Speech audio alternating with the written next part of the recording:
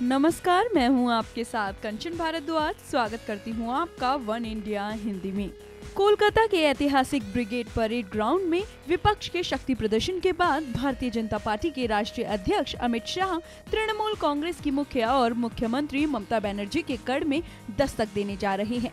पिछले कुछ समय से बीजेपी पश्चिम बंगाल में बेहद आक्रामक रही है और खुद को मुख्य विपक्षी दल के तौर पर राज्य में स्थापित भी किया है। दरअसल आगामी लोकसभा चुनाव के मद्देनजर बीजेपी ने अपनी जीत सुनिश्चित करने के लिए जो योजना बनाई है, उसमें देश के पूर्वी हिस्से के राज्यों की अहम भूमिका है।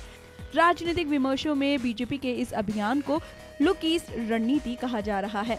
साल 2014 के लोकसभा चुनावों के दौरान बीजेपी की चुनावी रणनीति में उत्तर भारत प्रमुखता से था और वाराणसी इसका केंद्र था।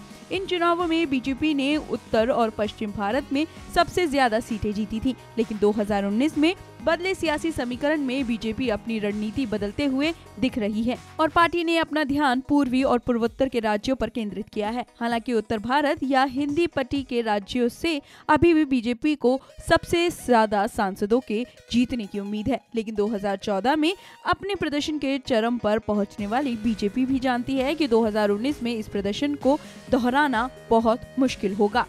लोकसभा चुनाव में हार के बाद एक कई राज्यों में हार चुकी कांग्रेस पार्टी ने पिछले एक साल में जबरदस्त वापसी की है। इसका जीता जागता उदाहरण मध्य प्रदेश, राजस्थान और छत्तीसगढ़ के विधानसभा चुनाव में कांग्रेस की जीत है।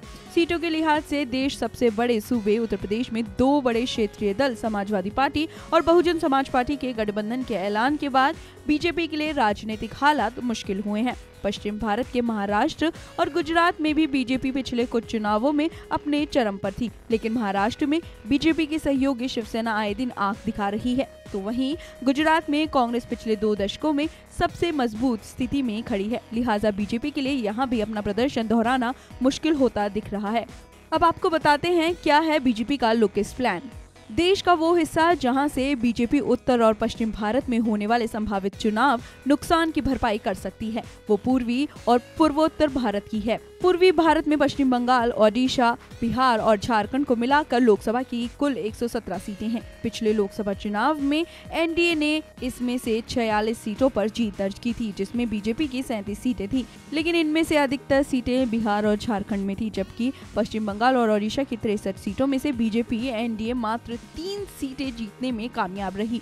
वहीं इस तरह की चर्चा जोरों पर है कि प्रधानमंत्री नरेंद्र मोदी अगला चुनाव ओडिशा की धार्मिक राजधानी पुरी से लड़ सकते हैं। बीजेपी के नेताओं का मानना है कि इसका प्रभाव ओडिशा से सटे राज्यों पर वैसे ही पड़ेगा जैसा उत्तर प्रदेश के वाराणसी से चुनाव लड़ने पर 2014 में पड़ा था।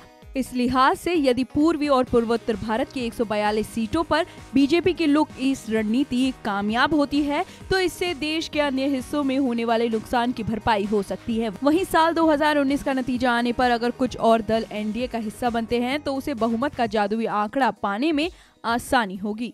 फिलहाल इस वीडियो में इतना ही, लेकिन आप हमारे साथ बने रहिए और हमारे चैनल को सब्सक्राइब करना बिल्कुल मत भूलिए।